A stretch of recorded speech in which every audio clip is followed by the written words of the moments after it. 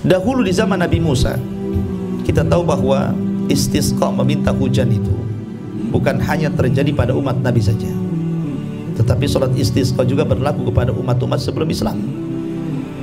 Makanya Allah Subhanahu wa taala menyebutkan wa idistasqa Musa qaumahu, ketika Musa meminta hujan dengan kaumnya. Artinya di zaman Nabi Musa pernah terjadi paceklik kan, karena mereka meminta hujan.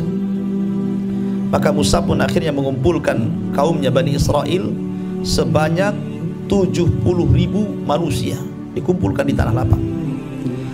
Akhirnya kemudian Musa pun berdoa kepada Allah Azza wa Jalla agar Allah menurunkan hujan kepada Bani Israel. Tetapi ketika melihat ke atas yang tadinya ada awan hitam, tiba-tiba awan hitam itu menghilang dan menjadi cerah, seolah-olah doanya Nabi Musa tidak dikabulkan. Padahal yang berdoa Nabi Musa, kalimullah, ulul azmi, dan dia nabi yang paling masyhur di kalangan nabi-nabi Bani Israel.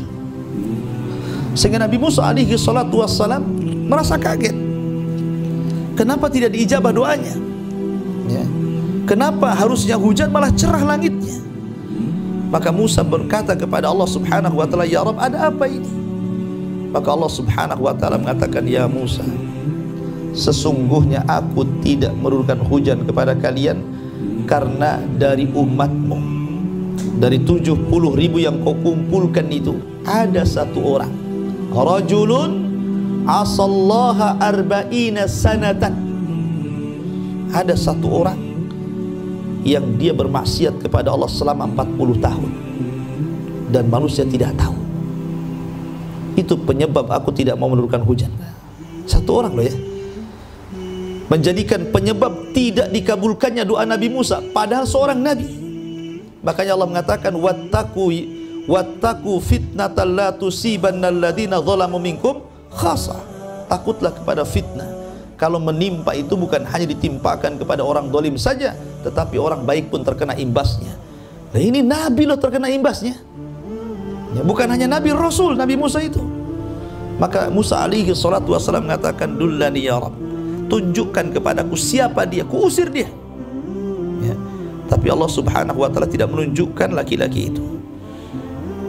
Tapi Allah mengatakan, "Ya Musa, seru saja.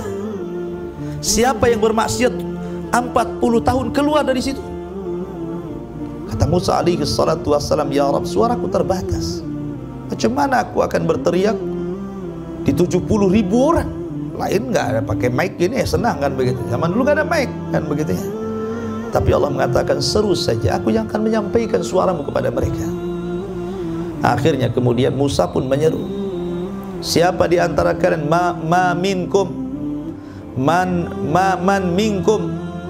rajulun asallaha arba'ina sanatan." Siapa di antara kalian seorang laki-laki yang bermaksiat kepada Allah 40 tahun, tunjukkan batang hidungnya. Ya, siapa yang mau? 70.000 orang. Akhirnya satu dengan yang saling memandang. Jangan kamu kan begitu kan? Jangan kamu kan? Akhirnya semua orang, mana ada yang mau ngaku? Ya. Akhirnya Musa berteriak lagi, "Man minkum rajulun asallaha arba'ina sanatan." Siapa di antara kalian yang bermaksiat kepada Allah 40 tahun, tunjukkan batang hidungnya. Tak ada yang, ya gimana mau ngaku? Sampai 3 kali Musa menyebut kalimat itu.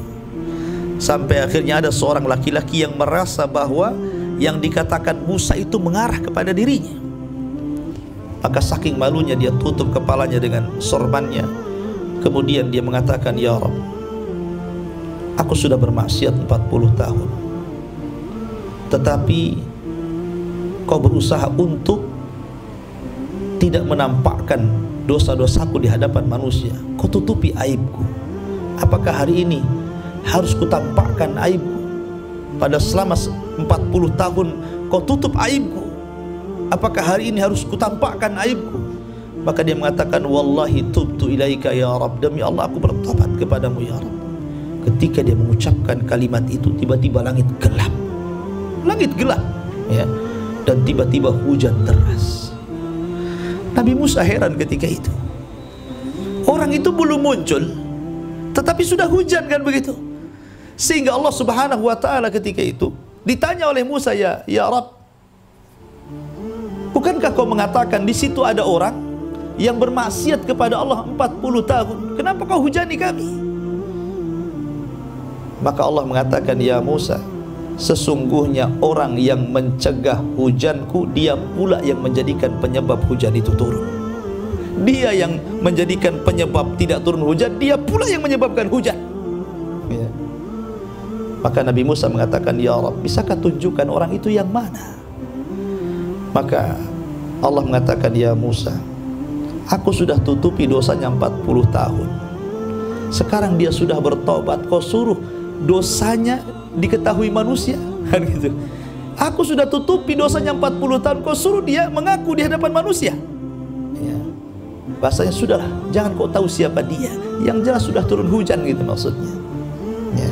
Tapi di sini hikmahnya apa? Gara-gara satu orang, satu negeri susah gara-gara maksiat dia.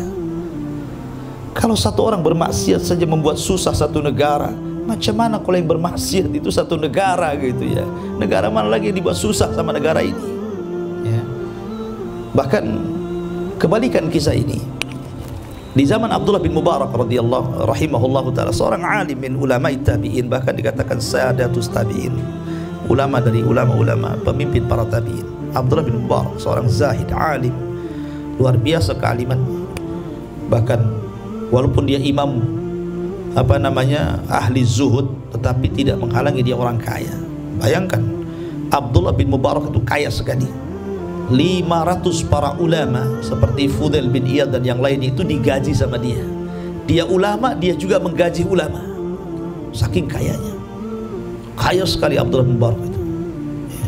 Tapi kekayaannya tidak melalaikan dia untuk menjadi imamul zahidin, imamnya ahli zuhud. Jadi kalau antum melihat dan ingin tahu seperti apa orang zuhud, lihatlah Abdullah bin Mubarak. Padahal dia kaya. Dari sini menunjukkan bahwa zuhud itu bukan orang yang compang-camping, bukan orang yang makan nasi kering, bukan. Ya, zuhud itu meletakkan kekayaan di tangan dan hatinya hanya diserahkan untuk Allah saja. Itulah zuhud. Ya. Ma'asyiral muslimin yang dimuliakan Allah Azza wa Jalla. Jadi suatu ketika Abdullah bin Mubarak itu mengadakan safar. Dia kan orang Irak. Dia safar ke Mekah. Rupanya di Mekah itu sedang terjadi paceklik hebat. Tidak turun hujan lama. Tiba-tiba kemudian penduduk Mekah ini pada keluar ke Masjidil Haram untuk melakukan istisqa, salat istisqa di zaman Abdullah bin Mubarak itu. Para ulama, orang-orang soleh, masyarakat semua keluar. Ya. Tetapi salat sudah selesai, doa pun dipanjatkan, tidak kunjung awan ini menjadi hitam dan tetap saja terang. Seolah tidak diijabah doa mereka. Ya. Akhirnya Abdullah bin Mubarak dikejutkan dengan seorang laki-laki berkulit hitam keluar dari salah satu pintu Masjidil Haram. Kemudian sholat persis di depannya. Setelah sholat 2 rakaat, tiba-tiba dia angkat kedua tangannya dan mengatakan, ya Rabb, kabulkanlah permintaan orang-orang ini. Ya Rabb, kabulkannya permintaan orang-orang ini, maksudnya orang yang sedang sholat istisqa itu. Tiba-tiba ini doanya orang hitam berkulit hitam ini kedengaran Abdullah, bukan di belakangnya masalahnya. Tiba-tiba setelah orang yang berkulit hitam itu berdoa, tiba-tiba langit gelap kemudian hujan. Abdullah bin Mubarak ini heran, ini siapa orang ini? Kenapa doa sebanyak ini tidak dikabulkan, kok ini pula dikabulkan, itu maksudnya. Akhirnya dia ingin mencari tahu siapa orang ini sebenarnya, apa yang dilakukannya, sesoleh apapun orang ini, apa amalannya, ya, dia habiskan untuk apa kehidupannya, kok hebat sekali. Ya, sabda Nabi SAW seperti itu. Terkadang ada orang yang ash'as aghbar, orang-orang yang miskin sekali, tapi kalau dia aqsama Allah, bersumpah kepada Allah, la abar, Allah kabulkan permintaannya. Ada orang-orang tertentu di masyarakat kita itu yang ikhlas orangnya, walaupun dia susah tapi doanya mustajab. Ya. Akhirnya dibuntuti sama Abdullah bin Mubarak. Kemana orang ini? Rupanya masuk ke salah satu rumah dari gang-gang kota Mekah. Ketika dia masuk, ditandai alamatnya. Besoknya dia ingin menemui orang itu. Rupanya yang keluar bukan berkulit hitam, yang keluar pula orang putih. Aneh, masuk hitam kok keluar putih, kan begitu. Maksudnya orang lain. Ketika ditanya, siapa kamu? Benarkah ini rumahnya orang yang seperti ini ciri-cirinya? Hitam begini, begini, begini. Kata orang yang berkulit putih, iya, dia di sini dan saya tuannya. Rupanya dia budak, gitu ya. Dan saya tuannya. Kemudian Abdullah bin Mubarak bertanya soal kehidupan budaknya itu. Bagaimana selama dia jadi budakmu di sini? Maka tuannya mengatakan, salah satunya menceritakan bahwa budakku yang satu ini wahai tuan, kalau di siang hari dia tidak pernah meninggalkan hak tuannya, dan kalau di malam hari dia tidak pernah meninggalkan hak Tuhannya. Dia bagi dua waktunya. Dia mengabdi kepada tuannya dan tidak lupa beribadah kepada Tuhannya Allah Subhanahu wa taala. Akhirnya kemudian Abdullah bin Mubarak takjub dengan budak itu. Abdullah bin Mubarak kan orang kaya. Kata Abdullah bin Mubarak, "Bi'ni, bagaimana kalau kau jual budak itu kepadaku? Sebutkan nominalnya. Saya tidak akan menawar, berapapun aku beli," katanya. Dia ulama kan itu. Dia senang dengan orang-orang saleh kan itu. Berapapun ku beli. Ya. Tetapi tuannya menolaknya dan mengatakan, "Demi Allah wahai Tuan, selama dia berada di kehidupanku berkah dengan adanya dirinya. Tidak akan kujual, berapapun kau akan tawar tidak akan kujual." Tapi terus didesak. Jadi heranlah ini tuannya si budak tadi. Kamu ini siapa sebenarnya? Kok mendesak sekali ingin memiliki budakku seperti itu? Dia mengatakan, "Saya adalah Abdullah ibnu Mubarak." Mendengar nama itu, siapa yang tidak kenal Abdullah bin Mubarak, ulama dunia, ya, harum namanya, dikenal orang. Maka ketika mendengar di hadapannya Abdullah bin Mubarak, dia mengatakan, "Kalau engkau memang Abdullah ibn Mubarak yang masyhur, yang terkenal itu, saya tidak akan jual budakmu, tapi saya akan hadiahkan kepadamu. Mudah-mudahan dia lebih manfaat kepadamu," kan itu. Wah, senang tak, jadi dibelilah kan begitu, utuh modalnya kan itu. Akhirnya kemudian dibawa pulang nih budak ini ke Irak. Maksud tujuannya Abdullah bin Mubarak itu ingin dikenalkan dengan para ulama yang ada di sana bahwa di Mekah masih ada orang saleh, orang yang kalau berdoa itu mustajab doanya.